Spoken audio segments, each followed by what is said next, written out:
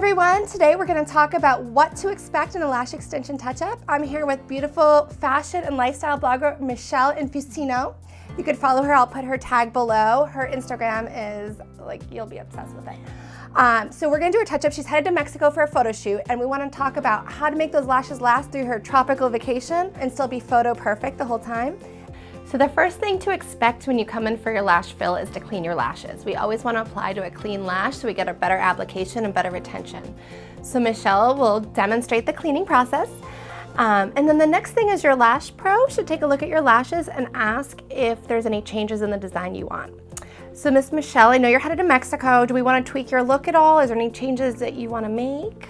I loved how they were the last time. They were perfect. Okay, great. Well, that's super easy. So we're going to put our gel pads on.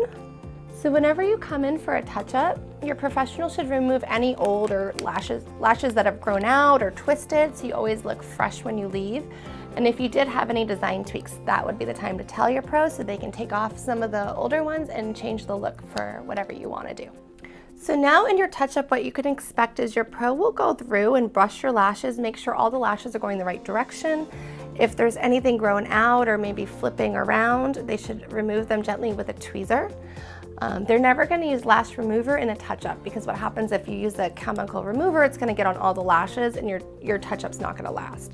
So a technique called banana peeling is used where we gently take off any lashes that have outgrown or kind of aren't going in the direction we like.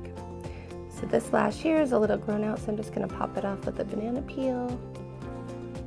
And then we're going to get to filling.